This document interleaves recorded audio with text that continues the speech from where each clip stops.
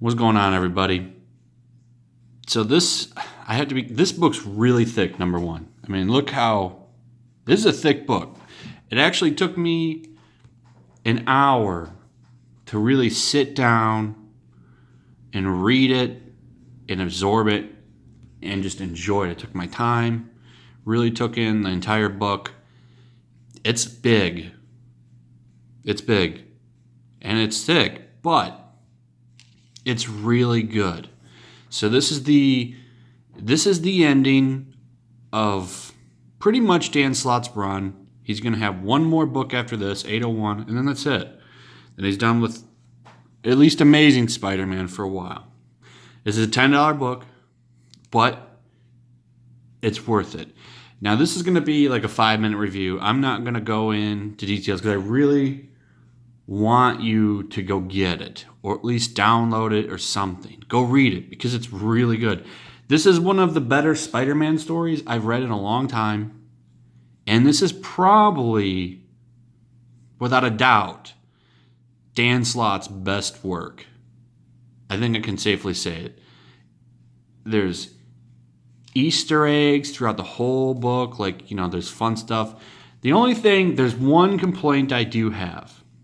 So there's 4 chapters of this book. This is a thick book. It's like 4 chapters to it, right? 4 or 5. And they all have a different team on them. So the art, as you can see, changes. But it never gets terrible. Like, see, Venom shows up. I really don't want to get too into it. I guess I can show the first part of it is what I'll do.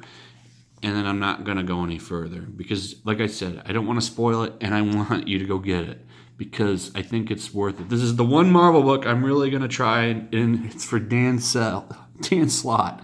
But, he stayed off Twitter, and I think him staying off Twitter has really helped him just improve. So this is the last bit for going down swinging, and Red Goblin's got him on the ropes. He has a plan to try and go get, some more anti-venom because that works. Unfortunately, he gets there, Red Goblin's there, and starts messing him up. And J. Jonah's trying to help him. And also because, remember, in the last issue, it's been a while. It's been like a little over a month, actually, I think. J. Jonah kind of messed up. Red Goblin, a.k.a. Norman Osborn, finds out who Spider-Man is again and made that deal with him. He ends up sending people after. He sends he's kind of take his grandson, infected him with a symbiote, and he sent him after May Parker, and then he's going after Mary Jane. J. Jonah finds Venom and sends Venom to help Mary Jane. But there's something that really cool, and this is what I'll do to show you for some fan service. And I'll say there's, I guess one spoiler, there is a death. It's a pretty significant death, actually, because I don't want to say any more. There is an important death in this book. Dan Slott writes it very beautifully. I don't want to give any more, because there's a thing at the end of the book where Peter Parker gives a speech. It's really good. I can't say any more than how much I liked this book. This was his, I guess, his swan song, and it's really good. It feels like a fun Spider-Man book. So the one thing I'm going to show, that's little spoilers here. So, Superior Spider-Man shows up, and they even do leave a door for the return of the actual Superior Spider-Man to come back, which I think is awesome. Like, if they gave the Superior Spider-Man another book, I would love to read that. So this is going to be it. So there's, you see the battle between Spider-Man and Venom, double team Red Goblin. It ends up not working out too well, and MJ gets kind of hurt a little bit, but not drastically. So what happens is Eddie gets kind of injured and decides, you know what, I'm going to tag out. And because of the gravity of the situation, and, you know, this is purely done for fan service. Eddie ends up actually giving the suit up temporarily, and those previews you saw with Spider-Man in the black suit, that wasn't the silk one, he actually gets back in to the real black suit, his original symbiote.